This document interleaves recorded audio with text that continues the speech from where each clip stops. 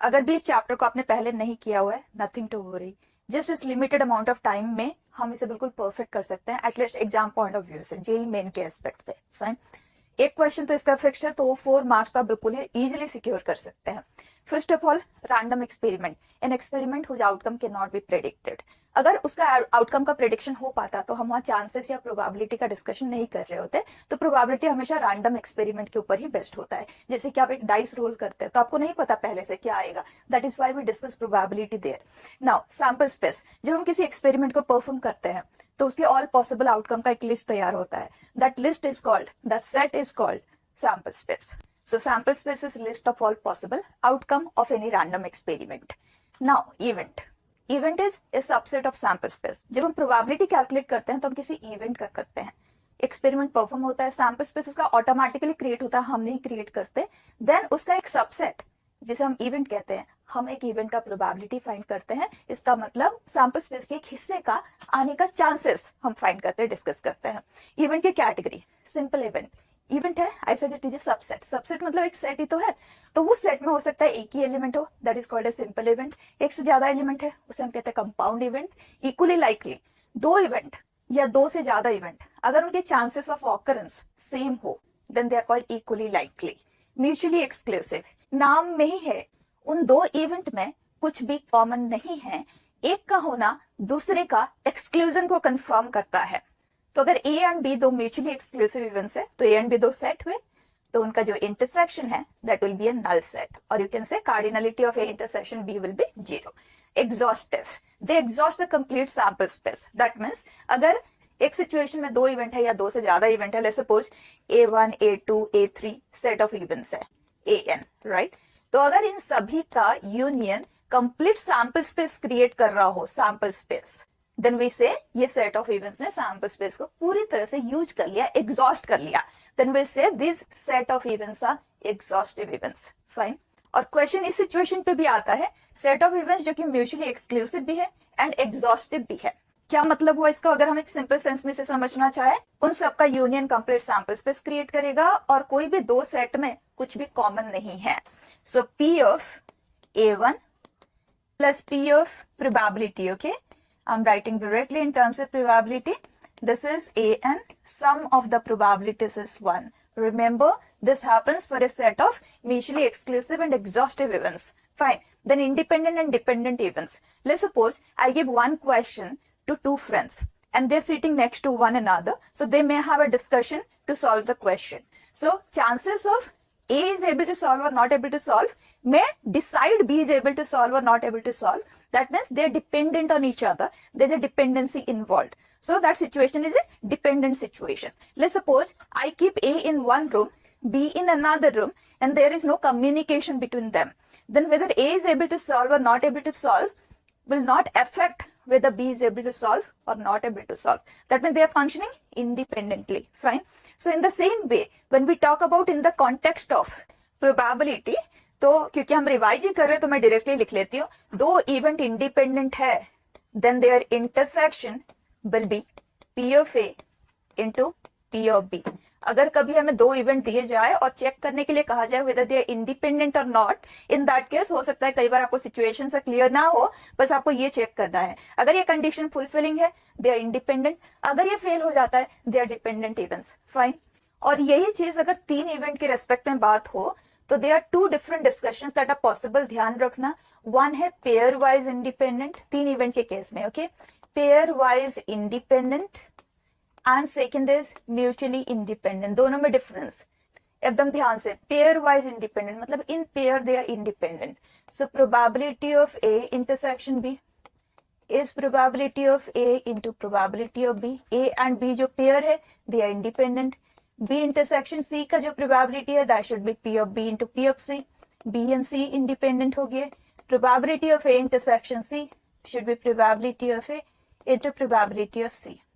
ये हुआ वो तीन कंडीशन जो सफिशिएंट है to decide those A B C are pairwise independent. Fine, अगर म्यूचुअली इंडिपेंडेंट की बात हो तो ये तीन कंडीशंस तो होंगे ही होंगे, इसके साथ साथ बस ये एक फोर्थ कंडीशन भी सेटिस्फाइंग होना चाहिए, P of A into P of B into P of C। तो ये क्वेश्चंस तो बहुत डायरेक्ट होंगे, बस आपको ये कंडीशंस पता होना चाहिए। Next, probability of any event A, the way we write P of A. प्रोबेबिलिटी की बात हो रही है, चांसेस की बात हो रही है, तो चांसेस नॉर्मली हम परसेंटेज के स्केल में बात करते हैं, दैट मींस 100 के स्केल में बात करते हैं। प्रोबेबिलिटी का डिस्कशन 1 के स्केल में होता है, that is why probability will always be A value which is between 0 and 1 both inclusive. Probability 0 तब होता है when it is an impossible event, मतलब उसका होने का कोई चांस ही नहीं है, and probability is 1 when it is a certain event, it is a sure event, उसका होना कंफर्म्ड है, जिसको हम कहते हैं 100% चांस। फाइन, अब देखते हैं प्रोबेबिलिटी का कैलकुलेशन हम किस किस तरह से कर सकते हैं। वन फ्रंट, अगर हमें कार्डिनलिटी ऑफ ए पता है, मतलब जिस इवेंट का हम प्रोबेबिलिटी निकालना चाह रहे हैं उसकी पॉसिबल वेज हमें पता है, एंड सैंपल स्पेस मतलब total number of ways of happening हमें पता है, then favourable is to total करेंगे, that will give us the probability, that is provided both are finite. कई सिचुएशंस ऐसे होंगे जिसमें ये इनफाइनाइट बन जाते हैं, उस केस में आप इस डेफिनेशन का यूज नहीं ले पाएंगे, उस पर अभी हम आएंगे। उससे पहले अगर कहा जाए odds in favor of an event A are m/n, odds in favor is given, then what is the probability of that event? तो ध्यान देना, जब हम odds in favor लिखते हैं तो this is favorable cases of A is to against, जैसे probability में फेवरेबल इज टू टोटल लिखा जाता है या फेवरेबल इज टू अनफेवरेबल लिखा जाता है। तो अगर हमें इसकी प्रोबेबिलिटी चाहिए तो favourable is to total, total में फेवरेबल प्लस अनफेवरेबल आ जाता है, करेक्ट। इसी तरह से अगर यहां दिया गया है odds against an event, odds against an event A are P is to Q, odds against दिया हुआ है, मतलब यहाँ अगेंस्ट दिया हुआ है, यहाँ फेवरेबल दिया गया है, तो इसकी प्रोबेबिलिटी क्या आ जाएगी, favourable is to total. Fine, next situation, if a natural number is selected at random, natural number is selected at random, natural number हमारे पास कितने हैं, इनफाइनाइटली मेनी। एक नेचुरल नंबर आप कहां से सिलेक्ट करोगे, कितने तरह से, इनफाइनाइट। सो वेरी क्लियर, ये जो फर्स्ट डेफिनेशन है इसका तो हम यूज यहाँ नहीं ले पाएंगे। आगे बढ़ते हैं, then probability of getting a number divisible by m क्या होगा, very important. Let's take m is 3, मतलब सेट ऑफ नेचुरल नंबर में से हम एक नंबर चूज कर रहे हैं and we want the probability that it is divisible by 3। तो फेवरेबल केसेस भी इनफाइनाइटली मेनी है, टोटल भी इनफाइनाइटली मेनी है। अब क्या करेंगे हम यहाँ पे, इन सच केसेस हम डेंसिटी के ग्राउंड पे वर्क करते हैं। हमें पता है in every 3 consecutive numbers there exists exactly one number which is divisible by 3, right? In every 4 consecutive numbers there exists exactly one number which is divisible by 4. In every 5 divisible by 5 एक हमें मिलेगा, in every 6 divisible by 6 हमें एक मिलेगा, in every m divisible by m हमें एक मिलेगा। So probability of a number divisible by m is 1 in every m, so 1 by m. Fine, तो अगर आपसे पूछा जाए divisible by 3, डायरेक्टली करना है 1 by 3, divisible by 4, 1 by 4, divisible by 5, 1 by 5. Fine. Next, look at if a and b are real numbers in the interval 0 to 2, then probability of getting the difference less than or equal to 1 is what? यहाँ पे भी आप देखें a and b के possibilities infinitely many है बच्चे, real numbers in the interval 0 to 2 infinitely many, तो ये चीज तो यूज में नहीं आ सकता। अब स्मार्टली करना, देखिए आपके पास कितने अननोन है, 2 अननोन। तो अगर हम a, b ऑर्डर्ड पेयर की बात करेंगे तो क्या वो xy प्लेन में एक एरिया क्रिएट करेंगे? तो यहाँ we will discuss probability in terms of area, favourable area is to total area. यही अगर 3 वेरिएबल में होता तो favourable volume is to total volume, lengthwise होता तो favourable length is to total length. इन्हें हम कहते हैं ज्योमेट्रिकल प्रोबेबिलिटी। फाइन, अब देखते हैं करेंगे कैसे। a and b are between 0 to 2, तो बच्चे ये हम ले लेते हैं आज a एक्सेस, ये है b एक्सेस। सो a का वैल्यू 0 से 2 में है, b का भी वैल्यू 0 से 2 में है, तो a, b ये एक स्क्वायर फॉर्म करेंगे। फाइन, तो ये हो गया हमारा sample space. Sample space in terms of an area is area of the square, so that would be area of sample space, that is 4 square units. अब देखते हैं इवेंट क्या है। प्रोबेबिलिटी ऑफ गेटिंग, प्रोबेबिलिटी हमें जिसका find करना होता है वो हमारे इवेंट है, right. So a minus b modulus is lesser than equal to 1। जब किसी का mod value less than equal to 1 है, does it mean that value is between -1 and 1? Yes. So a minus b for us is -1 to 1। तो यहाँ 2 linear in equation है और दोनों का हमें साइमल्टेनियस सोल्यूशन लेना है। So a minus b is greater than equal to -1, a minus b is lesser than equal to 1, दोनों का intersection. So linear inequation के लिए बच्चे हम इक्वलिटी को ग्राफ करेंगे एंड देखेंगे उसे कौन से तरफ का रीजन हमारे लिए फेवरेबल है। So a minus b is equal to -1, 2 point ले लेते हैं। b अगर हम 0 कंसिडर करें तो a इज -1, सो -1, 0 से ये ग्राफ पास करेगा, एंड अगर a is 0 then b is 1, that mean 0, 1 से भी ये ग्राफ पास करेगा. So -1, 0, 0, 1. So this is that line. Slope 1 वाली लाइन है, मतलब 45 डिग्री पे ये इंक्लाइंड है विथ एक्स एक्सिस. फाइन. अब देखते हैं इसकी कौन से तरफ का रीजन हमारे लिए फेवरेबल है. तो इसके लिए 0, 0 हम यहाँ पुट करते हैं. 0, 0, 0 is greater than equal to -1 is true. इसका मतलब 0, 0 के टूवर्ड्स वाला पोर्शन हमें लेना है, राइट. तो इस लाइन के downward position. Now come over to the second part of it. a minus b is lesser than equal to 1. Equality को ग्राफ करेंगे. b is 0 then a is 1. So 1, 0 से ये लाइन पास की, and a is 0, b is -1, 0, -1 से. ये हो गई वो लाइन. इसका भी स्लोप 1 है, 45 डिग्री पे ये है. इसका मतलब ये दोनों पैरेलल है. अब देखते हैं इसका कौन सा वाला पोर्शन हमें लेना है. 0, 0 ही पुट करते हैं, इजी टू पुट, राइट. तो इसे सेटिस्फाई कर रहा है. इसका मतलब 0, 0 के टूवर्ड्स वाला पोर्शन. तो यहाँ हमारा जो इवेंट है वो in between this two parallel lines, right. और सैंपल स्पेस का हिस्सा होना ही चाहिए. इवेंट मतलब एक subset of the sample space.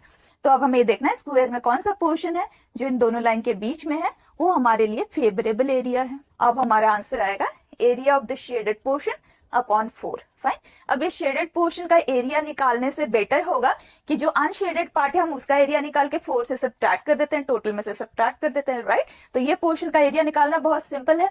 This is 2, ये पूरा 1 है, तो ये 1 है. ये 45 डिग्री है ना, विच स्लोप 1 है उस लाइन का. तो एक राइट आइसोसेलेस ट्रायंगल है जिसका साइड लेंथ 1 है, तो इसका एरिया हो गया हाफ स्क्वायर यूनिट. उसी तरह से बच्चे ये 1 है, ये टोटल 2 है, तो ये भी 1 है. ये भी 45 डिग्री वाली लाइन है, ये भी राइट आइसोसेलेस ट्रायंगल है. एरिया इसका भी हाफ है. So half plus half 1. तो अनफेवरेबल एरिया हुआ 1 स्क्वायर यूनिट, टोटल है 4. सो फेवरेबल कितना हो गया 3. आंसर इज 3/4, है ना, सिंपल. अब इस तरह के क्वेश्चन प्योरली ज्योमेट्रिकल ग्राउंड पे भी आते हैं, जैसे कि लास्ट ईयर का एक क्वेश्चन था. I am not giving you as it is but similar to it. जैसे आपसे कहा जाए P be any point inside the triangle formed by x equal to 0, y equal to 0 and x plus y equal to 2. Then what is the probability that P lies in the region y less than or equal to 1? Fine. अब देखते हैं सबसे पहले sample space क्या है. Points which lies inside this triangle. So y is 0, x is 0, x plus y equal to 2. 2, 0, 2 से passing. तो हमारा जो सैंपल स्पेस है that is this area which is half base into height, half 2 into 2, that is 2 square unit. अब favourable की बात करते हैं, इवेंट पे आ जाते हैं. y लेस देन और equal to 1, that means this is y equal to 1. This is our favourable region जो कि एक ट्रेपेजियम है. तो हम हमेशा प्रेफर करेंगे will find the unshielded part जो कि ट्रायंगल है, बहुत इजीली हम निकाल सकते हैं. उसका एरिया फाइंड करेंगे, टोटल में से सब्ट्रैक्ट करेंगे तो हमें फेवरेबल एरिया मिल जाएगा, right. So what is area of this. This is 0, 1. तो बच्चे ये है 1. ये एक राइट आइसोसेलेस ट्रायंगल है, ये और ये पैरेलल है, तो ये भी एक राइट आइसोसेलेस ट्रायंगल हुआ 45 डिग्री. तो अगर ये 1 है तो ये भी 1 है. So half base into height, this is half square unit. So favourable area is 2 - 1/2 जो कि है 3/2. Answer is 3/4. Simple. Fine. Now algebra of probability. Probability of not happening of an event A is probability of A complement. जैसे set based आप dealing करते हैं exactly उसी तरह से.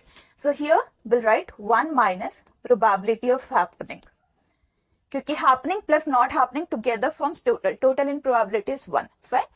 Probability of event A or event B or stands for union. So probability of A union B that we are talking about, जो कि जैसे सेट में आप करते हैं एग्जैक्टली वही चीज. P of A plus P of B minus P of A intersection B. और अगर क्वेश्चन में पहले से ही बताया हुआ है कि A and B are 2 independent events, तो 2 इंडिपेंडेंट इवेंट्स के केस में probability of A intersection B is P of A into P of B minded. तो आप इसकी जगह पे P of A into P of B replace कर सकते हैं. Done. Next, probability of neither A nor B. The way we write probability of A complement intersection B complement.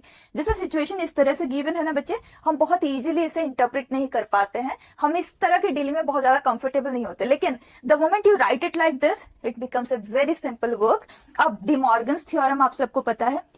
You can write it as this and whole complement होता है 1 minus probability of that event.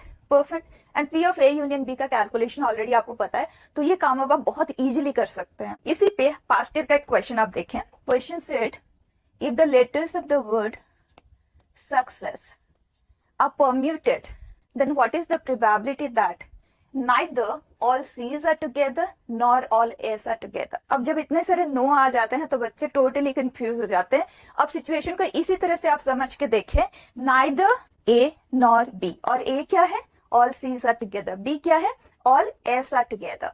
So question कह रहा है probability of A complement intersection B complement, जो कि probability of A union B whole complement होता है, 1 minus probability of A union B, this is A union B, 1 minus probability of A plus probability of B minus probability of A intersection B। How simple।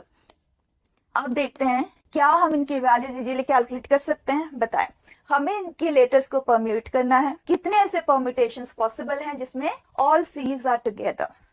बहुत simple सा question है। Permutation combination में हम ये सब कर चुके हैं। तो जिस कैटेगरी के ऑब्जेक्ट्स को हमें साथ करना होता है पहले हम उन्हें साथ कर लेते हैं। तो दो सी को अगर हम अरेंज करें, क्योंकि दोनों आइडेंटिकल है, एक ही तरह से उनका अरेंजमेंट पॉसिबल है, 2 फैक्टोरियल अपॉन 2 फैक्टोरियल, राइट। फिर हम उन सीज को टाई कर देते हैं, that will be counted as a single object. And remaining अब हमारे पास कितने ऑब्जेक्ट्स और है, 1 2 3 4 5, और ये सी वाला एक और ऑब्जेक्ट। सो टोटल अब हमारे पास बन गए 6 ऑब्जेक्ट्स। उनका हम अरेंजमेंट करेंगे और उसमें भी अब हमारे पास 3 एस है जो आइडेंटिकल काइंड है। तो आंसर आ जाएगा 6 फैक्टोरियल अपॉन फैक्टोरियल। फाइन।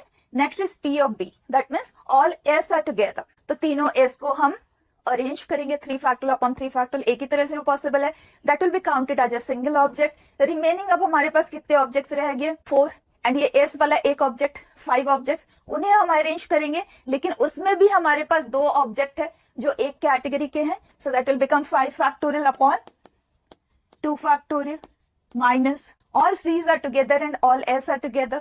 सो C को हम इकट्ठा करके एक ऑब्जेक्ट की तरह काउंट करेंगे, S को इकट्ठा करेंगे एक ऑब्जेक्ट की तरह काउंट करेंगे। ये हो गया हमारे 2 ऑब्जेक्ट। रिमेनिंग अब हमारे पास कितने हैं, U and E, 2 object, 2 + 2 4 objects. Arrange them, that is 4 factorial. ये हुआ number of veg upon total permutation, that is 7 factorial upon 3 factorial into 2 factorial. चाहे ये आप इंडिविजुअली भी एक के साथ डिवाइड करते हो, इंडिविजुअल प्रोबेबिलिटीज भी ले सकते थे, लेकिन तीनों का सैंपल्स पे सेम था, तो जैसे हमने एलसीएम लेके इसको इकट्ठा कर दिया, अब हम इस कैलकुलेशन को कंप्लीट कर सकते हैं। Fine. Next, probability of event A but not event B, very important. जैसे कि हम ऐसे भी लिख सकते हैं, probability of happening of A and not happening of B, probability of A intersection B complement. And A intersection B complement आप सबने सेट में पढ़ा है, which is same as A minus B. Probability के केस में बिल्कुल ध्यान देना, जब हम P of A minus B की बात करते हैं, सेट में भी आप देख ले, A माइनस बी सेट की अगर हम बात करते हैं तो ये रह जाता है, isn't that A minus A intersection B? So this is probability of A minus probability of A intersection B। ये गलती बिल्कुल मत करना कि P of A minus P of B, बिल्कुल भी नहीं। क्लियर। एक और चीज आप यहाँ देखें, अगर आपको ये दिया गया कि A and B are 2 events where probability of A is 0.6 and probability of B is 0.8, then find minimum and maximum values of probability of A union B।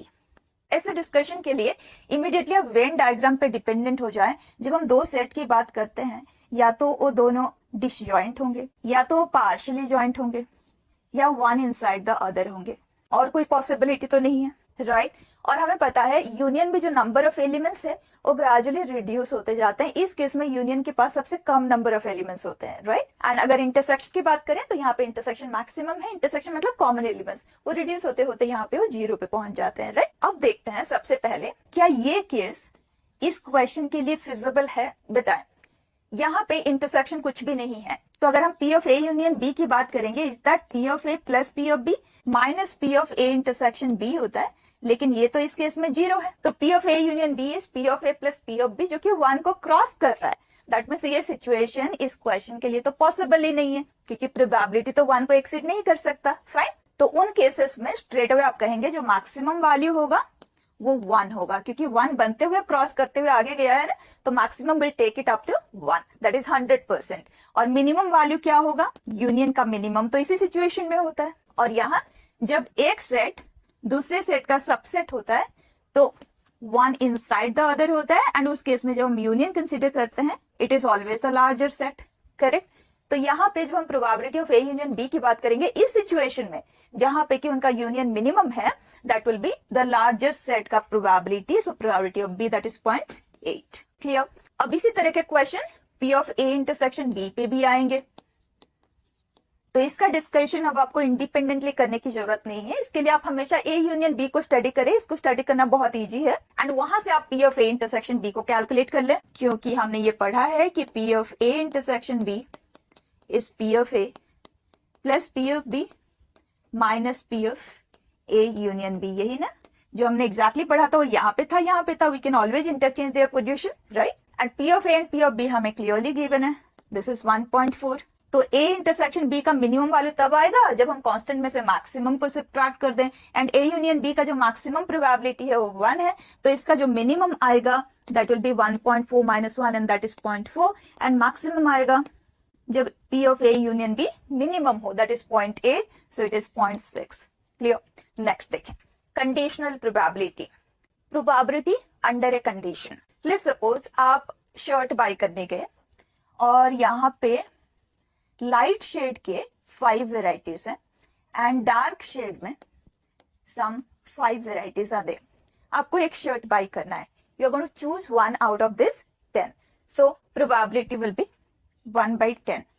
लेकिन अगर आप पहले से ही क्लियर हैं that you want to buy a light shade shirt, तो अब आप इस कैटेगरी को टच भी नहीं करेंगे। अब आपका जो भी सिलेक्शन होगा इस कैटेगरी में से होगा, क्योंकि कंडीशन फिक्स्ड है, I want to select out of that. So हमारे लिए सैंपल स्पेस अब कौन सा रहेगा? Only light shaded, so it will be 1 out of the 5। तो जब सिचुएशन में पहले से ही कोई कंडीशन इंपोज कर दिया जाता है जो हमारे सैंपल स्पेस को रेस्ट्रिक्ट करते, तो उसे हम कहते हैं कंडीशनल प्रोबेबिलिटी। उस केस में हम उस ओरिजिनल एक्सपेरिमेंट के सैंपल स्पेस पे वर्क नहीं कर रहे होते, हम रेस्ट्रिक्टेड सैंपल स्पेस पे काम कर रहे होते हैं। डीलिंग प्रोसेस में कोई चेंज नहीं, it is exactly the same, it's just that you will have to consider that conditional sample space now. Fine, let's take a simple situation, a pair of dice is rolled, then what is the probability of getting the sum as 5 given that the first die shows an odd number।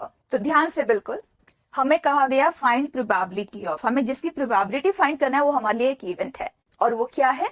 Getting the sum as 5 given that known that if it is happening, वो जो happening चीज है वो हमारे लिए new sample space है, उसे आप कोई और नाम दे दें। Let me take it as you, आप B, P, E, E1, E2 जो नाम देना चाहें, okay? That is first die shows an odd number। Perfect. तो आपको पूरा लिस्ट बनाने की जरूरत नहीं है बच्चे, हमने परम्यूटेशन कॉम्बिनेशन पढ़ा हुआ है, तो आपको पूरा लिस्ट बना के वहां से आप स्क्रीन आउट करें, इसकी बिल्कुल भी जरूरत नहीं है। हमें नंबर ऑफ केसेस में ही इंटरेस्ट है, ओके? एग्जैक्ट लिस्ट में नहीं। तो बताएं इसके कार्डिनलिटी क्या होगा? पेयर ऑफ डाइस है जिसमें हमें यहाँ ऑड चाहिए, यहाँ pay anything is possible, so this place can be filled in either bye 1, 3 और 5। डाई का केस है, right? So 3 ways of filling up, this can be anything। तो हमारा सैंपल स्पेस में 18 एलिमेंट्स आते हैं। अब देखते हैं इन 18 में से हमारे लिए फेवरेबल कौन सा है। That mean this should be an odd number and sum should be 5। Perfect, it should be 5। तो बताएं अगर हम यहाँ 1 रखते हैं तो यहाँ पे 4, the next odd number is 3, 3 रखेंगे तो यहाँ पे 2, नेक्स्ट इज 5, 5 रखेंगे तो यहाँ 0, 0 तो पॉसिबल नहीं है डाई के केस में, तो यहाँ पे आगे 2 cases favourable. Out of A total of 18, answer is 1/9। Simple, कोई दिक्कत नहीं आएगी। अब देखिए किस तरह से हम इसे लिखते हैं। जैसे इस क्वेश्चन में मैंने एक आपको ऑब्जेक्टिव अप्रोच बताया, लिखने का तरीका ये होता है, probability of event A given that you is occurring, given that u has already happened. If it is known that u is happening, then what is the probability of a? Then we write it as this. We may even write it as p of a on u, or probability of a given u has happened, like this. Fine. And the meaning of it is, denominator is the cardinality of the condition and numerator में इस condition का कौन सा हिस्सा a में lie करता है, a intersection u. Is that fine? क्योंकि जब हम A इवेंट की बात करेंगे तो A तो अपने आप में उस ओरिजिनल एक्सपेरिमेंट का जो सैंपल स्पेस है उसका एक सबसेट होगा, तो हमें तो U के विद इन उसका हैपनिंग चाहिए, so that is A intersection U. Fine. Then next multiplication theorem. जैसे हमने कहा probability of A given that B has happened is probability of A intersection B upon probability of B. हमने इस तरह से लिखा था ना, probability of A given that B has happened is cardinality of A intersection B upon cardinality of B. यही लिखा था. अब ए एंड बी दोनों ही इवेंट सेम रैंडम एक्सपेरिमेंट के हैं, so you can divide by the sample space, तो ये रिलेशन कन्वर्ट हो जाता है probability of A intersection B upon probability of B में। तो यहां से we can say probability of A intersection B is probability of B into probability of A given B has already happened. अब ध्यान देना, अगर probability of B given that A has happened इसकी बात की जाए, that is probability of B intersection A upon probability of the condition that is A. यहां से अगर हम P of B intersection A की बात करें and B intersection A and A intersection B are same, right? तो अगर हम इसे A इंटरसेक्शन B ही लिखते हैं, this is this multiplied with this P of A into P of B given that A has already happened. इन्हें हम कहते हैं multiplication theorem. This is nothing new, बिल्कुल भी नहीं है नया, ये बस लिखने का तरीका आपको डिफरेंट दिख रहा है, लेकिन इसका यूज आप बहुत पहले से लेते आए हो। For example, let's take from a pack of 52 playing cards. 2 cards are drawn one by one without replacement. जब हम withdrawal process की बात करते हैं 3 कैटेगरी के होते हैं, है ना? One is at once, अगर आपको 2 कार्ड चाहिए आप एक बार में हाथ डाल के 2 कार्ड उठा लो। Second is one by one with replacement, आप एक कार्ड उठाओ, नोट डाउन करो क्या आया और उसे रिप्लेस कर दो। अब सेकेंड कार्ड उठाओ, हो सकता है सेकेंड कार्ड वही सेम वाला आ जाए एज फर्स्ट कार्ड क्योंकि you have replaced it back into the content. Fine. Third is draw one by one without replacement, आप एक कार्ड उठाओ उसे साइड में रख दो, फिर दोबारा आप एक फ्रेश कार्ड उठाओ। Fine. So here our situation is we are drawing 2 cards one by one without replacement, then what is the probability of drawing 2 clubs. तो ध्यान देना, 1 by 1 मतलब पोजीशन मैटर कर रहा है, फर्स्ट सेकंड। पहले एक क्लब आया एंड सेकंड में भी एक क्लब आया, एंड एक club and then a club. Fine. So initially हमारे पास 52 कार्ड्स है जिसमें 13 clubs are there, so 13 upon 52. So probability of A multiplied with, given that A has already happened, what is the probability of B? इसका मतलब given that you have already drawn a club card, what is the probability of drawing another club card? अब आप एक club draw कर चुके हो, that too without replacement, मतलब आपने उसे रिप्लेस नहीं किया है। अब आपके पास क्लब्स है out of a total of 51 cards, तो अब प्रोबेबिलिटी 12 by 51। तो automatically given that what has happened in the previous draw, you are calculating the probability for the next draw, right? So nothing new, ये तो बहुत basic concept है। अब बात ये आती है कि P ऑफ A इंटरसेक्शन भी ये भी है और ये भी है, हम किसका यूज लेंगे? तो बच्चे ये तो अपने आप में ही क्लियर हो जाएगा, इसका आप यूज तब लेंगे जब B पहले परफॉर्म हो रहा है। Given that B has already awkward, what is the probability of A? सो अगर B पहले हो रहा है, A बाद में हो रहा है, तो P of B multiplied with P of A given that B has already occurred, right? और इस केस में A पहले हुआ, B बाद में, तो ऑर्डर के ऊपर डिपेंडेंट होगा। उसी तरह से अगर आपके पास 2 से ज्यादा इवेंट भी है ना, and you want to write down probability of A and B and C, आप ऑर्डर देख ले किस ऑर्डर में परफॉर्म हुए। लेट्स सपोज B पहले हुआ, A हुआ, फिर C हुआ, तो right probability of B, next A हो रहा है, probability of A given that B has already occurred, next probability of C given that A and B both have already occurred। और ये जो A and B है probability के case में हम उसे बस A B ही लिख देते हैं, तो आप इसे probability of C given that A B लिख सकते हैं। क्लियर? तो अगर क्वेश्चन में यूज करने की बात आती है तो ये तो हम अपने आप में नेचुरली यूज में ये आ जाता है, सो नथिंग टू वरी। और अगर इनके वैल्यूज गिवन है और हमें ये फाइंड करना है तो ये चीज भी आपको क्लियर हो गया। फाइन। दोनों तरह के क्वेश्चन आते हैं। Next, independent events. जैसे कि मैंने बिगिनिंग में ही आपको बताया, इफ ऑकरेंस और non occurrence of one event does not affect occurrence और non occurrence of the other, then they are independent. एक का होना या नहीं होना दूसरे के होने या नहीं होने को किसी भी तरह से अफेक्ट नहीं करते, that means they function independently, they are independent events. And independent events के केस में probability of A intersection B is P of A into P of B if A and B are independent, not otherwise. Fine. और इसे आप multiplication theorem के साथ connect करके भी easily समझ सकते हैं। मल्टीप्लीकेशन थ्योरम ने हमें बताया कि P of A intersection B is P of A into P of B given that A has already occurred, right? And independent event का डेफिनेशन है ऑकरेंस और non occurrence of one event does not affect the occurrence और non occurrence of the other. इसका मतलब A पहले से हुआ है या नहीं हुआ है, ये B के होने के चांसेस को अफेक्ट नहीं करता।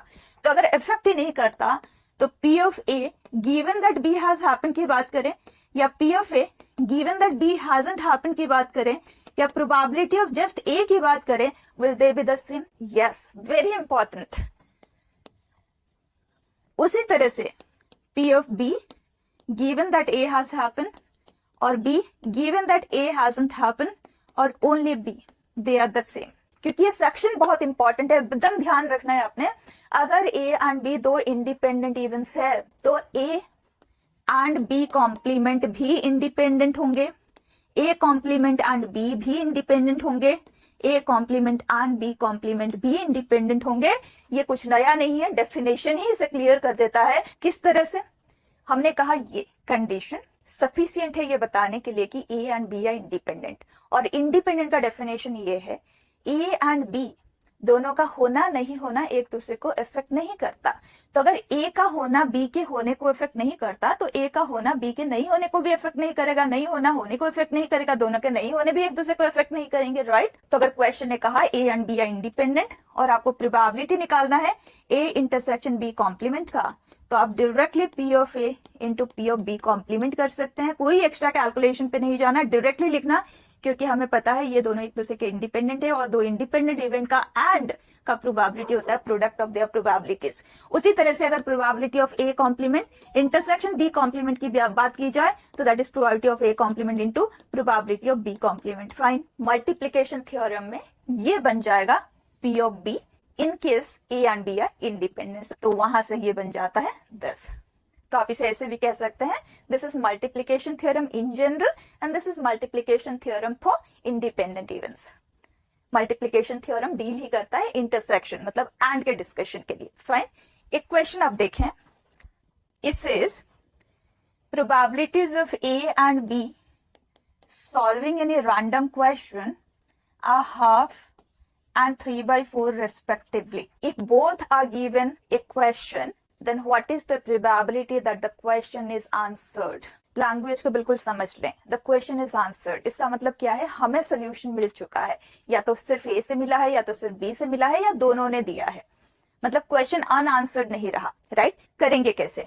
तो इमीडिएटली जब हमने दो स्टूडेंट्स को एक क्वेश्चन दिया, हो सकता है दोनों ने कर लिया, हो सकता है A ने किया B ने नहीं किया, हो सकता है नहीं किया, हो सकता है दोनों ने ही नहीं किया. अब ये तो है टोटल पॉसिबिलिटीज, और हमारे लिए फेवरेबल कौन कौन से हैं? यहाँ से हमें सोल्यूशन मिल जाएगा, और यहाँ से हमें सोल्यूशन नहीं मिलेगा.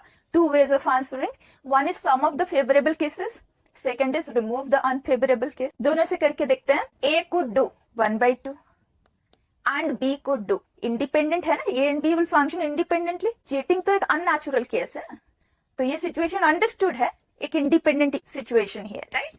So half and B could solve 3/4 plus A could solve and B could not. तो B का complement 1 minus 3/4 1/4. A could not 1 minus half 1/2 and B could, that is 3/4. Add कर दें इसे 6/8, राइट. द अदर वेज, इस एक case से आप deal कर लें.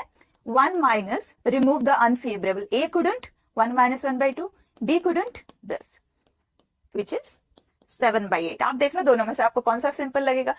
डेफिनेटली रिमूवल वाला प्रोसेस, राइट. नेक्स्ट, कुछ भी नया नहीं है बच्चे, हम उन्हें आज टॉपिक्स पढ़ रहे हैं क्योंकि वो फ्रीक्वेंट यूज में आते हैं, तो आपको कुछ एनालिसिस करने की जरूरत नहीं है, आप डायरेक्टली उनका यूज ले पाए. फाइन.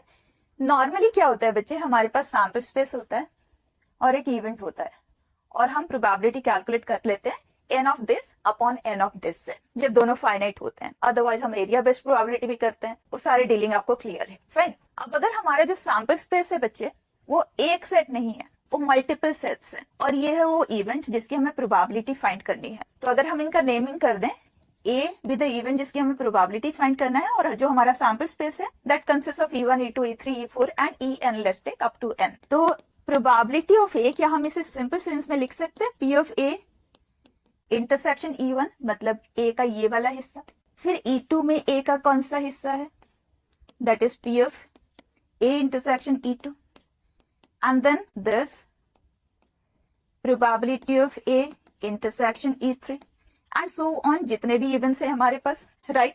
अब डेफिनेटली सैंपल स्पेस का ऑकरेंस तो पहले होगा, तो ये मल्टीप्लीकेशन थ्योरम से E1 का ऑकरेंस पहले होगा, सो P of E1 into P of A given that E1 has occurred। उसी तरह से ये वाला पार्ट, ये मैंने आपको इसलिए एक्सप्लेन किया ताकि आपको ये चीज याद रखने में मेहनत ना करनी पड़े। ये बहुत ही सिंपल है।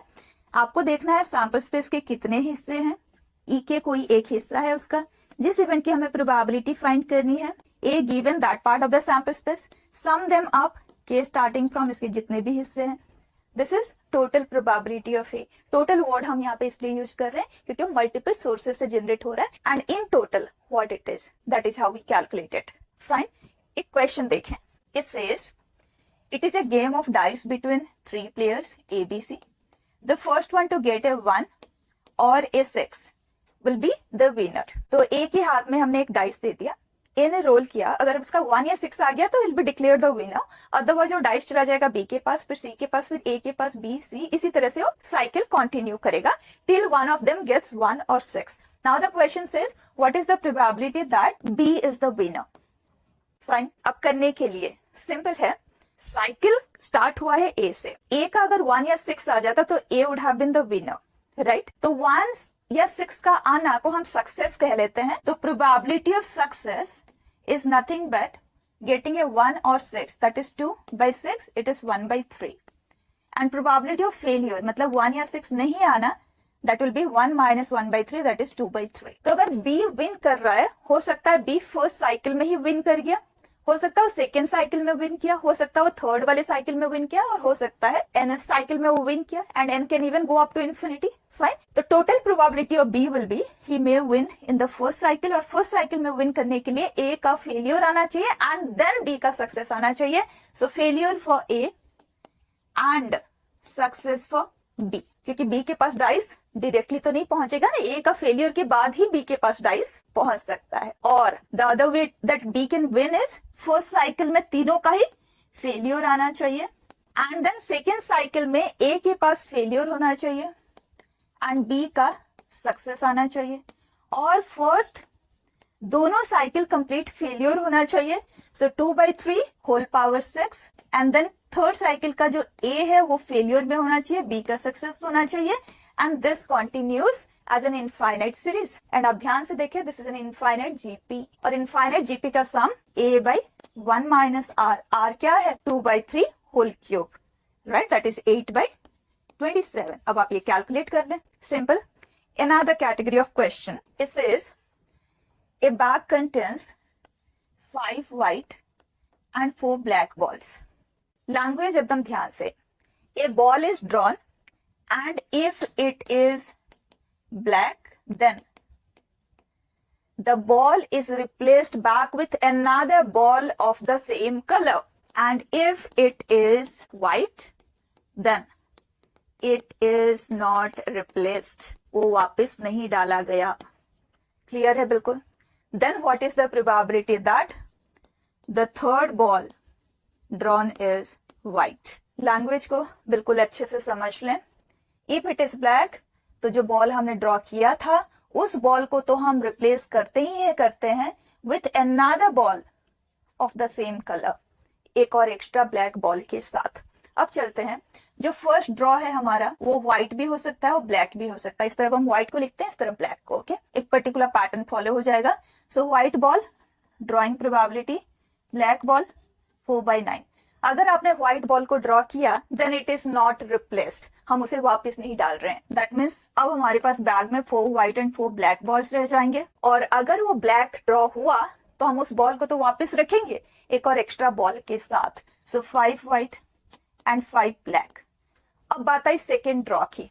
सेकेंड ड्रॉ भी व्हाइट या ब्लैक। व्हाइट के लिए 4/8, ब्लैक 1/2। अगर व्हाइट आया रिप्लेस नहीं होगा, और अगर ब्लैक आया तो एडिशनल बॉल के साथ रिप्लेस होगा। सिमिलर थिंग हियर, अगर व्हाइट आया तो रिप्लेस नहीं होगा, और अगर ब्लैक आया तो एक्स्ट्रा बॉल के साथ रिप्लेस हो गया। ये हो गया हमारा सेकेंड ड्रॉ।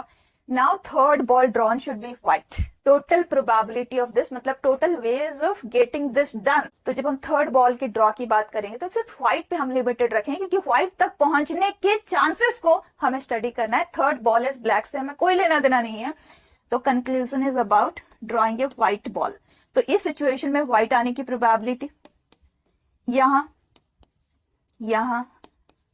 And sure. अब देखिए टोटल प्रोबेबिलिटी, कोई हमें वो स्टैंडर्ड राइटिंग पे नहीं जाना है, इतना टाइम हमें वेस्ट नहीं करना है, डायरेक्टली लिखना है 5/9 इंटू 1/2 इंटू 3/7 इस रास्ते की प्रोबेबिलिटी। अगर आप समझना चाहे आप मल्टीप्लीकेशन थ्योरम से बहुत इजीली समझ सकते हैं। First ball drawn is white, given that a white is drawn, what is the probability of drawing another white, given that the first two balls drawn are white, what is the probability of drawing another white ball, like this। तो उतना कुछ आपको नहीं करना है, individual branch की probability मतलब बस इन्हें मल्टीप्लाई करते हुए जाना है। So total probability will be what 5/9 into 1/2 into 3/7। ये हो गया ये वाले रास्ते का। अब आते हैं इस पे, सो it is 5/9 into 1/2 into 4/9 plus now here this path, so it is 4/9 into 1/2 into 4/9. Now here, so that is 4/9 into half into 5/11. Yes, sum them up. Clear? Now look at base theorem. बहुत ही simple है, questions बहुत आते हैं इस पे। तो Bayes theorem आप इस तरह से भी इसे कंसिडर कर सकते हैं। It is a case of conditional probability under total probability. तो इसे समझने के लिए तो बस हम एक क्वेश्चन के फॉर्म में इसे लेते हैं। Let's take, while handling a pack of playing cards, 52 cards, one card is lost, okay? One card is lost. Now two cards are drawn from it and both are found to be club. Both the cards drawn are club. Then what is the probability that the lost card is a club card? Question को एकदम clearly समझ लें। एक card हमारा खो गया, हमें नहीं पता वो क्या था। फिर उसके बाद हमने दो कार्ड उस 51 कार्ड के पैक से पिक किया and both came out to be club. मतलब ये ऑलरेडी हो रहा है, ये हमें पता है कि दो कार्ड हमने पिक किया है और वो क्लब है। Then what is the probability that the lost card is club? जब कोई गिवन सिचुएशन होता है तो clearly it is case of a conditional probability. तो ये है वो कंडीशन और ये है वो इवेंट। तो हमें फाइंड करना है P of B given that A has occurred. Fine, meaning समझ आ गया। अब देखें आपको करना क्या है, हमें प्रोबेबिलिटी किसका फाइंड करना है, बस उस पे जाना है आपने। Lost card is a club. अब लॉस्ट कार्ड क्लब भी हो सकता है, लॉस्ट कार्ड नॉन क्लब भी हो सकता है। नॉन क्लब में भी 3 डिफरेंट सूट्स आ जाते हैं, हम उतना डिस्कशन पे नहीं जाएंगे, जितना लिमिटेड हम कर सकते हैं उतना अच्छा है। तो the lost card, this is pack of cards. एक कार्ड हमारा खो गया, वो क्लब भी हो सकता है और नॉन क्लब भी हो सकता है। और अगर आप चाहें तो यहाँ 3 और अलग अलग कैटेगरी भी बना सकते हैं, स्पेड, डायमंड, हार्ट करते हुए, but will prefer taking non club. Number of cases जितना कम हो सकता है उतना अच्छा। उसके बाद गिवन कंडीशन क्या है, जो हमें पता है कि यहाँ से ऑकर कर रहा है, वो हमारा गिवन कंडीशन है, उसे हमने यहाँ लिखना है। वो क्या है? 2 clubs are drawn, right? 2 clubs are drawn, ये है वो कंडीशन। और हमें प्रोबेबिलिटी फाइंड करना है अंडर दिस कंडीशन, क्योंकि जिसका हम प्रोबेबिलिटी फाइंड करते हैं वो हमेशा सैंपल स्पेस का एक हिस्सा होता है। हमारे लिए ये है सैंपल स्पेस, जो कंडीशन है वही सैंपल स्पेस है, राइट? तो इस सैंपल स्पेस के अंदर ऐसा कौन सा हिस्सा है जो इस इवेंट के लिए फेवरेबल है, वो देख लें। Lost card is a club, इसका मतलब इस ब्रांच का। तो बहुत क्लियर है, इस ब्रांच को हमें न्यूमरेटर में रखना है, टोटल को डिनोमिनेटर में रखना है। Now come over to the calculation process. बताए कार्ड्स में हमारे पास 52 कार्ड्स है, एक कार्ड हमारा खो गया और वो कार्ड क्लब था, तो हमारे पास पैक में 13 क्लब्स होते हैं, कोई भी एक खो गया आउट ऑफ 52, जिसे सिंप्लीफाई कर दें 1/4। Non club that means 3/4। Given that A club is lost, that means अब आपके पास 12 क्लब्स है एंड टोटल 51 कार्ड्स है। What is the probability of drawing 2 clubs? 12C2 upon 51C2। Under this case non club is lost, that means अब आपके पास 13 clubs तो हैं, 51 total cards हैं, 2 clubs are drawn, 13C2 upon 51C2। Now answer, ये हमारा numerator है 1/4 into 12C2 51C2 upon total, that is 1/4 12C2 51C2 3/4 13C2 51C2। Clear? Simplify कर लें तो बेस थ्योरम की सिंपल सी पहचान है, something is already happening and वो जो समथिंग है वो मल्टीपल सोर्सेस से हो रहा है। तो आपको इस तरह से एक डायग्राम बनाना है, स्टार्टिंग सिचुएशन से गिवन कंडीशन तक पहुंचने के डिफरेंट रास्तों के थ्रू, और फिर देखना है जिसकी हमें प्रोबेबिलिटी फाइंड करना है कौन सा वाला ब्रांच है, उसको न्यूमरेटर में रखना है and total in the denominator, that's it. Clear? ज्यादा हम इसकी ट्रेडिशनल राइटिंग प्रोसेस पे नहीं जाएंगे, हमें बस क्वेश्चन आंसर करना है और क्विक आंसरिंग पे जाना है। रिसेंट ट्रेंड की अगर हम बात करें तो बच्चे इस कैटेगरी के क्वेश्चंस बहुत ज्यादा आते हैं और बहुत सिंपल सेक्शन भी है, तो क्विक गो थ्रू कर लेते हैं। रैंडम वेरिएबल है क्या? Let me take a situation, a coin is tossed 3 times। ये हो गया रैंडम एक्सपेरिमेंट, सैंपल स्पेस इसका ऑटोमेटिकली क्रिएट होगा। अब अगर क्वेश्चन ने कहा find mean of number of heads, अब आप ध्यान देना, मीन कहा, वेरिएंस कहा, स्टैंडर्ड डेविएशन कहा, ऑफ नंबर ऑफ हेड्स, तो ये जो टर्म्स है इनका डिस्कशन होता है रैंडम वेरिएबल के लिए, तो हमारे लिए ये कंसिडर होगा एज रैंडम वेरिएबल। देखते जाए, एकदम क्लियर हो जाएगा वो है क्या।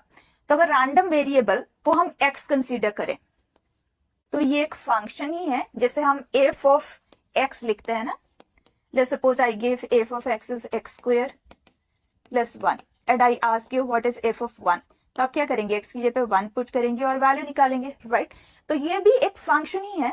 इस फंक्शन के लिए जो इनपुट आते हैं वो सैंपल स्पेस से आते हैं, तो सैंपल स्पेस में 3 कॉइन के आउटकम लिखे हुए हैं। तो जैसे कि एक आउटकम उसका है हेड हेड हेड, और ये जो फंक्शन है ये नंबर ऑफ हेड्स को काउंट करने के लिए बना है इस क्वेश्चन के लिए, तो नंबर ऑफ हेड्स यहाँ होगी 3। अगर हम h h t लेते हैं, नंबर ऑफ हेड्स आ गया 2। तो रैंडम वेरिएबल को आप इस तरह से कंसिडर करें, it is a function whose domain is the sample space and whose range is a numerical value. Fine, अब हमें इस तरह से लिखने की तो जरूरत नहीं पड़ेगी, हमें जो चीज चाहिए बस उस पर आप जाए।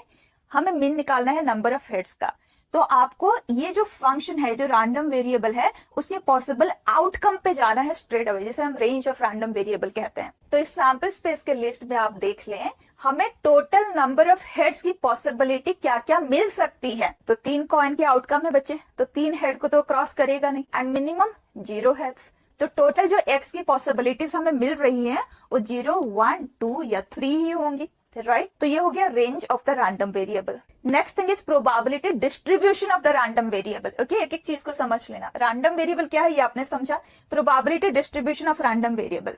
सो प्रोबेबिलिटी ऑफ इंडिविजुअल वैल्यू आपको निकालना है, x is 0, that mean 0 heads आए। 3 कॉइन के आउटकम है, लिस्ट बनाने की जरूरत नहीं है, हमें पता है कि 3 slots are there, 2 into 2 into 2, total outcome हमारे पास 8 होंगे। 0 हेड्स, कहीं पे भी हेड नहीं है, तो tail tail tail, 1 possibility out of 8। Probability of the next value x is 1, मतलब एक ही हेड है, वो हेड यहाँ आ जाता है, वो head tail tail tail head tail tail tail head, that means 3 possibilities out of 8।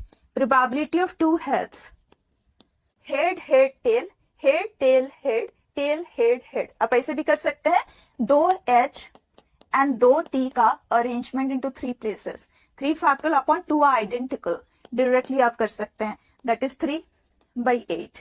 Probability of 3 heads, that is 1/8। इसे हम कहते हैं प्रोबेबिलिटी डिस्ट्रीब्यूशन। रैंडम वेरिएबल के जितने भी वैल्यूज की पॉसिबिलिटीज है, उन वैल्यूज के कॉरेस्पॉन्डिंग प्रोबेबिलिटीज का जब हम लिस्ट बनाते हैं उसे हम कहते हैं probability distribution of the random variable. Fine, तो जब भी आप डिस्ट्रीब्यूशन टेबल क्रिएट करें, इमीडिएटली चेक कर लें उनका सम क्या आ रहा है। अगर सम 1 आ रहा है तो आपका टेबल बिल्कुल करेक्ट है, अगर ये 1 नहीं आ रहा है आपको रीचेक करना होगा, कहीं ना कहीं आपने गलत किया है।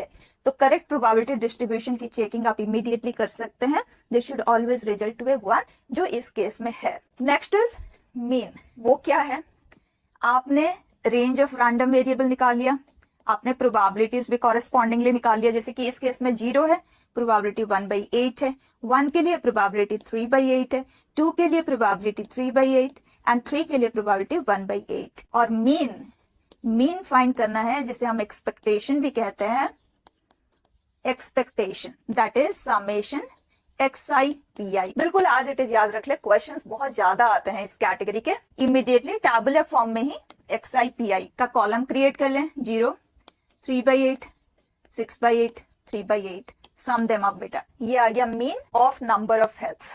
Then comes variance. वेरिएंस जिसे हम सिग्मा स्क्वायर लिखते हैं, स्टैंडर्ड डेविएशन के लिए सिग्मा यूज होता है, और वेरिएंस स्टैंडर्ड डेविएशन का स्क्वायर ही तो होता है। तो ये है xi square pi summation minus x I P I summation का स्क्वायर। ये मीन ही है, आप इसे डायरेक्टली भी कह सकते हैं मीन का स्क्वायर। फाइन।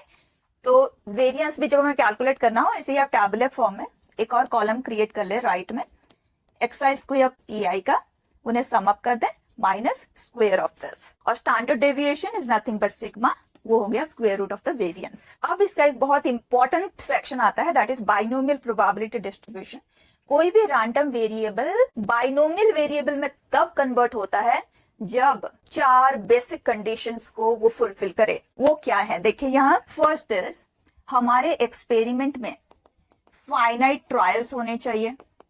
ट्रायल्स क्या मतलब है, कोई चीज बार बार परफॉर्म हो रहा है, जैसे toss of a coin repeatedly हो रहा है, रोलिंग ए डाइस बार बार हो रहा है, picking up a card from a pack of 52 playing cards, कोई भी चीज रिपीटेटिवली परफॉर्म हो रहा है, we call it a trial, right. तो फाइनाइट टाइम्स होना चाहिए। Second, every trial must be independent of the other. Third, there must be only 2 outcome in every trial. इसके बारे में तो हमें ज्यादा बॉदर करने की जरूरत नहीं है, क्योंकि जिसे हमें डिस्कस करना है अगर हम उसे सक्सेस मान लेते हैं तो रिमेनिंग को हम फेलियर मान सकते हैं, तो हम 2 आउटकम में तो उसे डिस्कस कर ही सकते हैं। Next, probabilities of both this outcome, both outcome must remain the same, must be the same in every trial, same in every trial, her trial में वो सेम ही रहना चाहिए। तो अगर ये चारों कंडीशन फुलफिल हो गए, फील वेरी हैप्पी, ये हमारे कैलकुलेशन को बहुत सेव करने वाले हैं, उनका डिस्कशन हम डायरेक्टली कर सकते हैं। जो इन चारों कंडीशंस को फुलफिल करते हैं उन्हें हम कहते हैं बर्नौलीज ट्रायल्स, ओके। तो उन केसेस में binomial probability distribution is applicable. करते कैसे हैं, ध्यान देना, 2 ही आउटकम है, राइट। तो उसमें से हम एक को सक्सेस ले लेते हैं, दूसरे को फेलियर ले लेते हैं। प्रोबेबिलिटी ऑफ सक्सेस को हम P कंसिडर कर लेते हैं, तो प्रोबेबिलिटी ऑफ फेलियर अगर Q है तो Q will be 1 minus P, क्योंकि सक्सेस नहीं है तो फेलियर तो होना ही है, दोनों का सम 1 होगा। एंड नंबर ऑफ ट्रायल्स अगर n है, और आपको क्वेश्चन ने कहा random variable is a binomial variable satisfying this, ध्यान देना, अगर कुछ ऐसे लिखा हुआ आपको मिला, इमीडिएटली आपको समझ लेना है कि ये बाइनोमियल वेरिएबल है। यहाँ n का वैल्यू लिखा जाता है और यहाँ p का वैल्यू लिखा जाता है, तो automatically q will become 1 minus 1/3, 2/3। Fine. अब अगर हमें फाइंड करना है probability of 5 successes under the situation, तो आपने जैसे बाइनोमियल के एक्सपेंशन में कोई टर्म हम लिखते हैं ना, एग्जैक्टली उसी तरह से out of 10 trials 5 are success, तो 10C5 success is happening 5 times, that means P is happening 5 times, तो आउट ऑफ 10 अगर 5 सक्सेस है तो फेलियर भी 5 टाइम्स ही रहे होंगे। क्लियर। तो अगर हमें probability of x is equal to r, success 8 times चाहिए n ट्रायल्स में से, तो directly p is happening 8 times, q is happening n minus 8 times. इस तरह से आप उस प्रोबेबिलिटी को लिखेंगे। क्लियर। और मीन के लिए भी आपको वो टेबल बना के करने की जरूरत नहीं है, वो काम हम ऑलरेडी कर चुके हैं और आपके लिए वो सिंप्लीफाइड फॉर्म तैयार है, that is mean is n into p, variance is n p q and standard deviation is square root of n p q, आप डायरेक्टली यूज में लेंगे। फाइन। एक क्वेश्चन देखें, a pair of dice is rolled 10 times, pair of dice, okay, if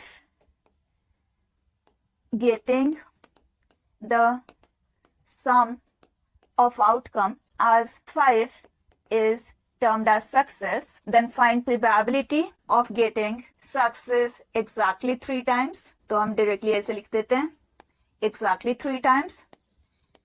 Probability of success at least once. Probability of success greater than 1. 3 question मैंने लिखा है। अब हमें क्या क्या चाहिए, n चाहिए, p चाहिए, Q तो हम 1 माइनस p करके कैलकुलेट कर सकते हैं। So n is straight away 10, sum as 5, pair of dice है, 5 कितने तरह से आ सकता है, 1 with 4, 2 with 3, 3 with 2, 4 with 1, 4 possibilities out of a total of 36, and that is 1/9. So success 3 times बचे, answer 10C3, success 3 times, failure 7 times. Clear.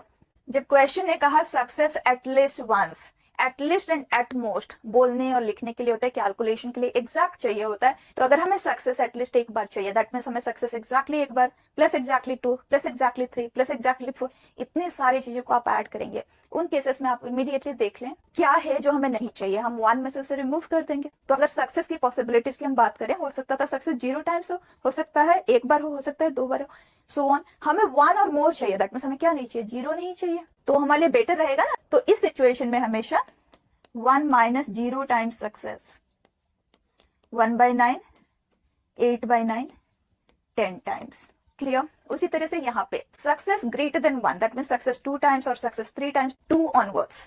तो removal will be simpler, so it is 1 minus success 0 times जो कि 8/9 whole power 10 है, और success once 1/9, 8/9 power 9। Clear. ये हमारा complete discussion. अब हम करते हैं लास्ट 2 years के questions. Let x and y be distinct integers where x and y are in the interval 1 to 25, then probability that x plus y is divisible by 5. Clearly एक एक चीज को ध्यान दें, they are distinct integers in this interval and they should be divisible by 5. इस तरह के question कई बार आए हैं, divisible by 3, कई बार x plus y पे आए हैं, कई बार x square minus y square पे आए हैं, then 7 power m plus 7 power n, इस तरह से आए हैं। मतलब डिविजिबिलिटी की मैं बात कर रही हूँ और बहुत सिंपल कैटेगरी के होते हैं ये क्वेश्चंस, बस करने के तरीके को ध्यान देना। डिविजिबिलिटी बाय 5, इमीडिएटली जो आपके पास अवेलेबिलिटी है उसको 5k plus 1, 5k plus 2, 5k plus 3, 5k plus 4, इस कैटेगरी में आप डिवाइड कर दें। 1 से 25 नंबर्स आते हैं। हर ग्रुप ऑफ 5 में पांचों कैटेगरी के एक एक आते हैं, तो 25 नंबर्स में ईच कैटेगरी के हमारे पास 5 नंबर्स तो हैं क्लियरली। यस, तो ये हो गया distribution of the availability of the numbers, right. अब चलते हैं, हमें जो पिक करना है वो है 2 नंबर्स, वो हमें 5 के टाइप का चाहिए। तो लेट्स सपोज x जो मैंने पिक किया वो 5 के कैटेगरी का है। तो बताएं अगर x 5 के कैटेगरी का है तो 5 के में इनमें से कौन सा कैटेगरी ऐड होके 5 से डिविजिबल बनाएगा।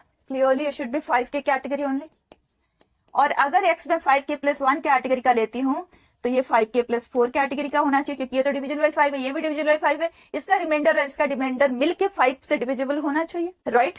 एंड नेक्स्ट अगर ये 5k प्लस 2 है तो ये 5k प्लस 3 होना चाहिए, 5k plus 3, then this is 5k plus 2, 5k plus 4, 5k plus 1। Simple, पूरा चार्ट हमारा तैयार है। अब काउंट कर लेते हैं, दोनों हमें डिस्टिंक्ट भी चाहिए।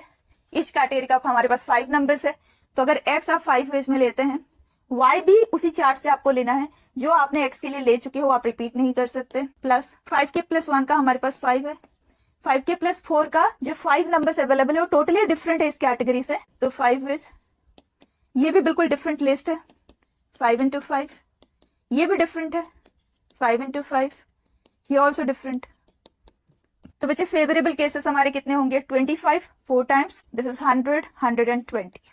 और टोटल कितने हैं, x can be chosen in 25 ways and y जो आपने x के लिए नंबर पिक कर चुके हैं वो आपने y के लिए नहीं लेना है। So this is total answer will be 120 upon 25 into 24। अब आप इसे सिंप्लीफाई कर सकते हैं, simple. Next, let S be set of matrices of order 2 cross 2 where the elements are 0, 1 और 2 is the sample space। तो सबसे पहले cardinality of the sample space बताएं।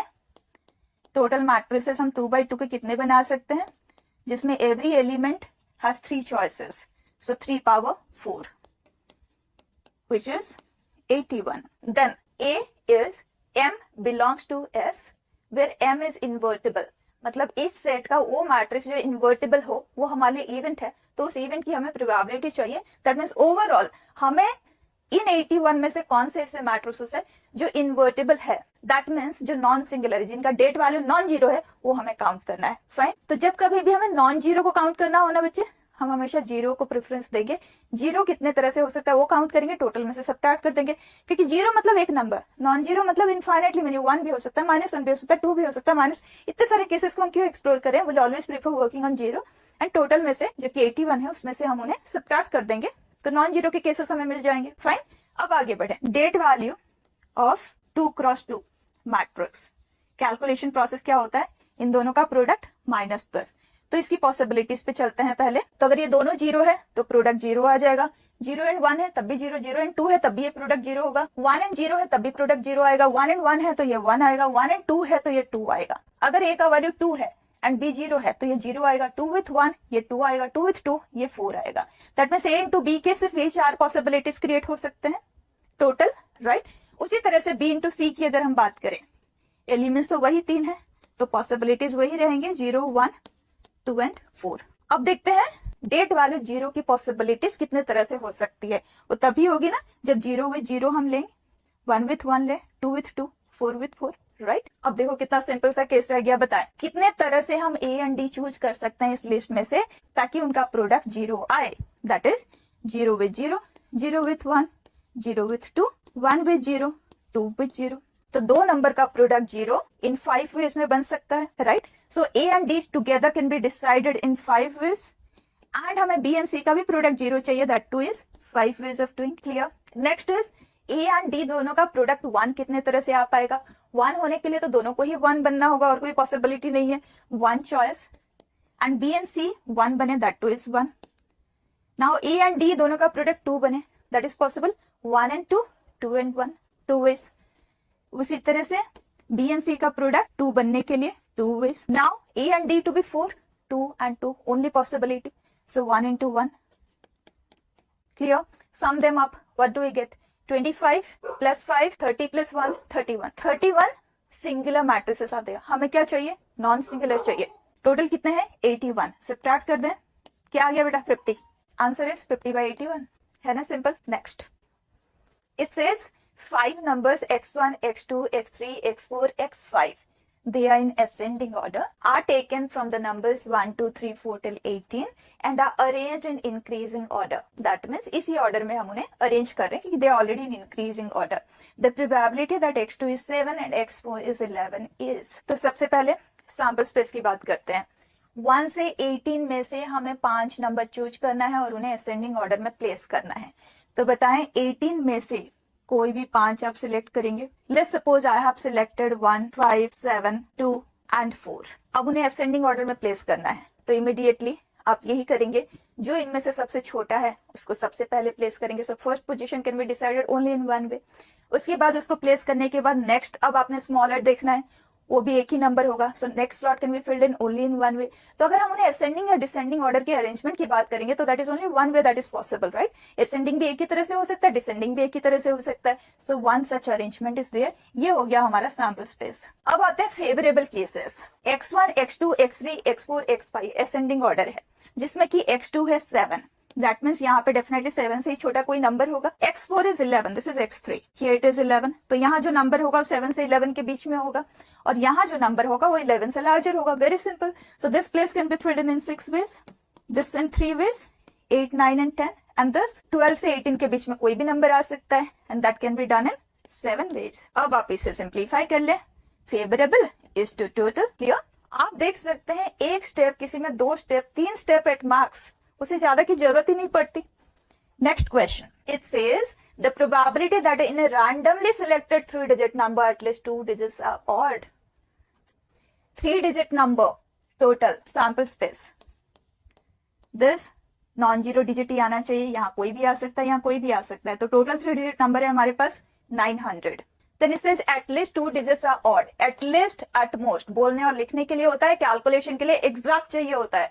तो exactly 3 digits are odd plus exactly 2 digits are odd। तो अगर तीनों के तीनों डिजिट ऑड हैं और ऑड डिजिट जो हमारे पास नंबर सिस्टम में अवेलेबल हैं वो है 1, 3, 5, 7, 9। So this place can be filled in 5 ways, 5 ways and 5 ways। और अगर हम एग्जैक्टली 2 ऑड की बात करें दैट मीन 2 जगह पे ऑड है, 1 जगह पे इवन है और इवन डिजिट्स में हमारे पास 0 भी है। तो इसे हमें केसेस में डिवाइड करना होगा। डिफरेंट तरह से कर सकते हैं but let's do it by this कि अगर हम यहाँ ऑड और यहाँ इवन को रखते हैं तो उस केस में हमारा आंसर क्या आएगा, 5 into 5। इवन डिजिट पे हमारे पास 5 ही है और यहाँ 0, नॉन जीरो सब कुछ आ सकते हैं। So that becomes 5 cube. और अगर यहाँ पे ऑड है, इवन है, ऑड है, अगेन 5 into 5 into 5, 5 क्यूब। और अगर यहाँ इवन है, यहाँ ऑड और ऑड है, तो यहाँ 0 आ नहीं सकता, और हमारे पास जो 5 इवन डिजिट्स है उसमें 0 भी है। सो 4 ways into 5 into 5. So बच्चे favorable cases are this plus this plus this plus this and total is this. So divide by this. That's the answer. Simplified. Clear? Next. Let M denote maximum value of product of two positive integers when their sum is 66. Here. सबसे पहली बात, दो positive integers जिनका सम 66 है, product maximum क्या होगा? इस तरह के क्वेश्चंस आपने एप्लीकेशन ऑफ डेरिवेटिव में भी किया है, एएम जीएम के हेल्प से भी किया है, एंड वी ऑलवेज सजेस्ट कि आप इसे डायरेक्टली करें। जब हमें प्रोडक्ट को मैक्सिमाइज करना होता है, सम गिवन होता है, 2 नंबर का केस है, तो इसे 2 से डिवाइड करते हैं। 33 आया, that means both the numbers are 33। अगर यहाँ ऑड नंबर होता, लेट्स सपोज यहाँ 65 होता, तो बाय 2 अगर आप करेंगे तो 32.5 है, एंड इससे X and Y are integers. In that case वो बाय 2 करके जो नंबर आया है वो 2 इंटीजर के बीच में आया है, उन दोनों को आपको एज दोस 2 इंटीजर्स कंसीडर करना है। फाइन, तो यहाँ in this case 33 into 33, so m is what 33 square. अब आ जाते हैं, let the sample space with this and the event is this, that means हमें दोनों की कार्डिनलिटी निकालनी है एंड प्रोबेबिलिटी कैलकुलेट करना है। सबसे पहले सैंपल स्पेस पे आ जाते हैं। Here x into 66 minus x is greater than or equal to 5/9 into 33 का स्क्वायर। बच्चे ये 33 into 33, 9 कैंसिल हो जाएगा, तो ये रह जाएगा 11 का square, 11 into 11। Quadratic in x है 66x minus x स्क्वायर, इसे इधर शिफ्ट कर देते हैं। So this is 5 into 11 into 11 lesser than equal to 0। Quadratic inequality है, वैसे तो आपको सॉल्व करना आता ही होगा, लेकिन इस केस में इजीली फैक्टराइज भी हो रहा है, आप देख सकते हैं। 55 11, so this is x minus 11 into x minus 55। तो क्वेश्चन ऐसे दिया जाता है, आपको ज्यादा मेहनत नहीं करना पड़ता। सो x की जो वैल्यूज है वो 11 to 55 है, and they are integers, right. तो कितने इंटीजर्स है 11 से 55 के बीच में बच्चे? अपर value minus lower value plus 1, it is 45। अब आ जाते हैं event such that x is a part of this and x is a multiple of 3। अब आप बताएं, इन नंबर्स में ऐसे कितने नंबर्स है जो मल्टीपल्स ऑफ 3 है, वो कार्डिनलिटी ऑफ a बनेगा। ये तो हो गया कार्डिनलिटी ऑफ s। तो बच्चे इस लिस्ट में जो सबसे पहला नंबर 3 से डिविजिबल आएगा वो है 12, और जो लास्ट आएगा वो है 54। ये है 3 into 4 और ये है 3 into 18, राइट। तो बताएं 4 से 18 तक में कितने नंबर्स है, क्योंकि ये 3 का 4th मल्टीपल है और ये 3 का 18th मल्टीपल है। सो 4 से 18 तक में कितने नंबर्स हुए? अपर value minus lower value plus 1, 15, right. So probability is this upon this, which is 1/3। Direct questions, clear. Next, let n denote sum of numbers obtained when 2 dice are rolled if the probability that 2 power n is lesser than n factorial is m by n। m and n are co-prime, मतलब overall हमें इस situation को study करना है। n is sum of numbers obtained when 2 dice are rolled। तो बताइए जब हम 2 डाइस को रोल करेंगे तो समेशन की मिनिमम पॉसिबिलिटी 2 है, and then 3 4 5 so on, maximum will be 6 and 6, that is 12। यही सम की पॉसिबिलिटीज है, मतलब n की जो पॉसिबिलिटीज की बात हो रही है वो ये है। अब देखते हैं उनमें से कौन से n है जो सिचुएशन को फुलफिल करते हो। क्या n इक्वल टू 2 इसे फुलफिल करता है? डायरेक्टली तो हम सॉल्व नहीं कर सकते, इधर फैक्टोरियल है इधर एक्सपोनेंशियल फॉर्म है, आपको इसी तरह से एक एक वैल्यू पुट करते हुए स्टडी करना है। बताएं 2 स्क्वायर 4, 2 फैक्टोरियल 2 नहीं सेटिस्फाई करता। क्या 3 से सेटिस्फाई करता है? This is 2 cube that is 8, 3 factorial that is 6, no. क्या 4 इसे सेटिस्फाई करता है? This is 16, this is 24, yes. अब आप देख सकते हैं 4 ऑनवर्ड सारे के सारे वैल्यू इसे सेटिस्फाई करेंगे। अब हम प्रोबेबिलिटी पे चलते हैं। Probability that n is 4 plus probability that n is 5 so on, probability that n is 12। बच्चे डेफिनेटली इतने सारे केसेस को तो हम सम अप करने वाले नहीं है, टोटल में से अनफेवरेबल केसेस को सबट्रैक्ट कर देते हैं। तो 1 minus probability that the some is 2 minus probability that the some is 3। बहुत इजीली किया जा सकता है। सम is 2, 1 and 1, the only possibility out of 36 possibilities. 3, 1 and 2, 2 and 1, कितनी पॉसिबिलिटीज? 2 out of 36। सिंपल, इसे सिंप्लीफाई करें, m and n के value जाएंगे, calculate this direct. Next, here, a coin is biased so that head is 3 times as likely to occur as tail। पहले इसे interpret करें, ये fair situation नहीं है, बायस सिचुएशन है। हेड आने की प्रोबेबिलिटी अगर p है तो इसे 3 times more, so 3p। और हमें पता है या तो हेड आएगा या टेल आएगा जब हम टॉस करेंगे, तो ये एग्जॉस्टिव भी है एक्सक्लूसिव भी है, so that means 4p is 1 and p is 1/4। सो इस सिचुएशन में हेड की प्रोबेबिलिटी है 3/4 एंड ये है 1/4। रैंडमली जैसे हम 1/2 करके करते हैं उस तरह से बिल्कुल नहीं करना है। Next, it says this coin is tossed until a head or 3 tails occur if x denotes the number of tosses of the coin, x random variable denotes number of tosses of the coin, the mean of x। तो mean calculate करने के लिए हमें range चाहिए होगा। Range मतलब number of tosses हमें चाहिए होगा। तो सबसे पहले देखते हैं हमें टॉस कहां तक करना है, अंटिल एक हेड आ जाए या 3 टेल्स आ जाए। सो पॉसिबिलिटीज, हो सकता है हमारा एक ही टॉस में काम खत्म हो जाए, हेड ही आ गया। हो सकता है पहली बार में टेल आया फिर हेड में कन्वर्ट हो गया तो 2 टॉस में काम खत्म हो गया। हो सकता है टेल आया फिर हेड आया तब भी कंप्लीट हो जाएगा। टेल के साथ टेल आया तब भी काम कंप्लीट हो गया। अब इसके आगे तो हम कंटिन्यू कर ही नहीं पाएंगे क्योंकि थर्ड टॉस में हेड आए या टेल आए, the game gets over there, right. That means यहाँ पे जो एक्स की पॉसिबिलिटीज है 1, 2 और 3 है, उसके बियॉन्ड कुछ भी नहीं। फाइन, अब चलते हैं टेबल फॉर्मेशन पे। एक्सआई की पॉसिबिलिटीज है 1, 2 और 3।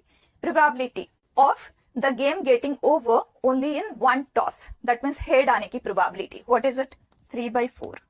मीन चाहिए तो एक्सआई पीआई भी साथ में लिख लेते हैं, 3/4। देन 2 टॉसेस में game gets over, that means पहले टेल आना चाहिए फिर हेड आना चाहिए। So 1/4 into 3/4 that is 3/16। So इन दोनों का प्रोडक्ट बचे 3/8। Then next, 3 mates should get over 3 tosses, either this or this, that means 1/4 into 1/4 into 3/4 plus 1/4 into 1/4 into 1/4। तो 1/4 का स्क्वायर अगर हम कॉमन ले लेते हैं 3/4 plus 1/4 that will become 1, तो ये हो गया 1/16। Here 3/16, which is sum them up, you get the mean. Easy? Next, it says if here n faces die is rolled repeatedly until a number less than n appears. If the mean, okay, number of tosses, this is the random variable, required is n/9, then solve for n. तो हमें mean पे काम करना है of number of tosses and we stop rolling the die when we get a number lesser than n. n faces है तो उस face में 1, 2, 3, 4 so on till n numbers are printed। तो अगर हम getting a number lesser than n को success treat करें तो प्रोबेबिलिटी ऑफ सक्सेस क्या आएगा, लेसर देन n मतलब 1 से n-1 and probability of failure is getting n as it is.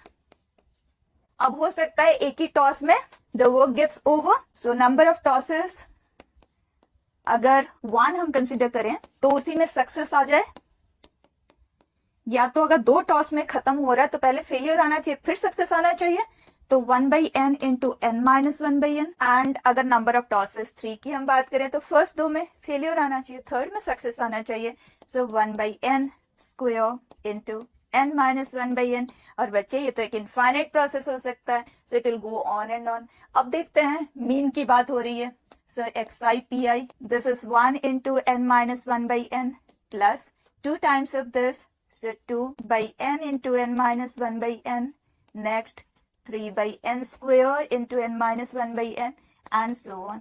आप देख सकते हैं इन सब में n-1/n कॉमन आ जाएगा, this is 2/n, 3/n square। ये एक इनफाइनाइट AGP है। अगर हम 1/n को x ट्रीट करें तो ये 1 + 2x + 3x square and so on है। और ये AGP इतनी यूजफुल है और बहुत सी जगह पे इसका यूज आता है, तो I always suggest you remember this as it is. कोई बहुत बड़ी बात नहीं है, मैं इसको आपको एक स्टेप में जनरेट करना भी बता देती हूँ, बट इसे आप याद रख लें। देखिए बच्चे, आपको पता है x + x² + x³ infinite GP a/1 - r। a यहाँ पे x है, x/1 - x, फाइन। इसे आप दोनों तरफ डिफरेंशिएट कर दे, लेफ्ट साइड ये बन जाएगा, राइट साइड इसका आंसर आ जाएगा, राइट। लेकिन उतना भी नहीं करना है, डायरेक्टली लिखना है। अब बता दें n-1/n, this is 1/1 - x for us is 1/n। बच्चा ये सिंप्लीफाई होके n-1/n स्क्वायर किया, एक n कैंसल्ड, ये कैंसल्ड, n/n-1 ये हो गया मीन, एंड ये हमें गिवन है आज n/9। बच्चा कितना simple, n-1 is 9, value of n is 10, clear. Next, it says random variable x follows binomial distribution for which the difference of mean and variance, हमें पता है मीन np है, वेरियंस npq है, which is given as 1। np अगर हम common ले, this is 1 - q, which is an P square, ये भी तो पी वन है विच इज 1। तो ऐसे हमारे पास दो ही अननोन है एन एंड पी, क्यू का वैल्यू हम 1 माइनस पी करके कैलकुलेट कर सकते हैं। दो अननोन में ये है हमारे पास फर्स्ट इक्वेशन, और यहां से क्रिएट हो जाएगा second. Look at success 2 times nc2 p square q n minus 2 times, this is 3 nc1 p once q n minus 1 times। Simplify कर ले बच्चे, p कैंसिल हो गया, इधर q and nc2 n into n minus 1 by 2 होता है, ये 2 हो गया कैंसिल, ये n इधर कैंसिल हो गया, तो लेफ्ट हैंड साइड में n minus 1 into p, right hand side में 3q। q is 1 minus p बच्चे, सो 3 माइनस 3p। इसको अगर हम ब्रैकेट ओपन कर दें एंड np, n को यहां से हम रिमूव कर देते हैं, np is 1 by p minus p is 3 minus 3p। दोनों तरफ p से मल्टीप्लाई कर दें, 3p minus 3p square, quadratic equation in p। Look at how simple now it gets. p के values minus b plus minus under root of b square minus 4ac which is 1 upon 2a and that is 4, values of 1 और half. p का value 1 हो नहीं सकता, अगर हम p को 1 लेंगे तो n भी 1 होगा, और यहाँ पे सक्सेस 2 टाइम्स कह रहा है, तो डेफिनेटली नंबर ऑफ ट्रायल्स 2 या 2 से ज्यादा तो है। Clear? So p is 1 by 2, q is 1 by 2, p का वैल्यू 1 बाई 2 यहाँ पुट करेंगे तो value of n is 4, p and q both are 1 by 2। अब देखते हैं हमें कैलकुलेट क्या करना है। n स्क्वायर जो कि है 16, p probability of success greater than 1 times, इसके लिए मैंने आपको तरीका बताया, क्या करना है हमें, 1 minus probability of success 0 times minus probability of success once। Clear? It is 1 minus 4 trial में से 0 success, that means all are failure, 4 में से कोई एक success and rest are all failure. अब ये कैलकुलेशन बहुत इजीली हो सकता है। Fine, next, if the probability of random variable x which takes value x is, probability हमें दे दिया गया है, x value है 0, 1, 2 and so on, that means x goes up to infinity where k is a constant। तो जब कभी भी हमारे पास प्रोबेबिलिटी में कोई कांस्टेंट का इन्वॉल्वमेंट होता है, तो सबसे पहले आप उस कांस्टेंट का वैल्यू निकाल लें by sum of the probabilities as 1। So here k एक कांस्टेंट है, समेशन प्रोसेस से हमने उसे बाहर निकाल दिया, x plus 1 into 3 power minus x which is 3 power x in the denominator, x values are 0 to infinity। बच्चे ये वैल्यू है 1। अब ध्यान से देखें, इसके जो टर्म्स है वह है 1 plus 2 by 3 plus 3 by 3 square plus 4 by 3 cube.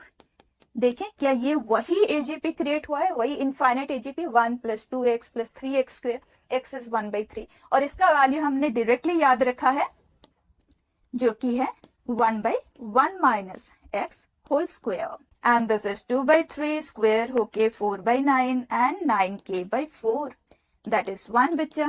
value of k is 4 by 9, k हमें मिल चुका है। अब चलता है फाइंड क्या करना है, probability that x is greater than or equal to 2, that means x is 2, x is 3, infinitely many cases to be summed up, and in cases में हम कैलकुलेशन कैसे करते हैं, 1 minus probability that x is 0 minus probability that x is 1, क्योंकि 2 onwards तो हमें चाहिए ही। अब x इज 0 कैलकुलेट करने के लिए इसमें हमें x के वैल्यू 0 रखना है, x इज 1, यहाँ x की जगह पे 1 रखना है, k का वैल्यू ऑलरेडी हमारे पास है, सो सच ए सिंपल सिचुएशन ना, हो जाएगा ना कंप्लीट। फाइन, तो हमने हर तरह की जो पॉसिबिलिटीज है, क्वेश्चंस तो काफी सारे हैं, मोर और लेस सारे सिमिलर टाइप के क्वेश्चंस है, जितनी पॉसिबिलिटीज थी we have discussed everything, now you can freely try questions, okay. And अगर आपको कोई भी डाउट आता है और अगर किसी भी तरह के क्वेश्चंस को करने में आपको डिफिकल्टी आ रही है, just let me know, I will guide you accordingly, okay. So we close it here.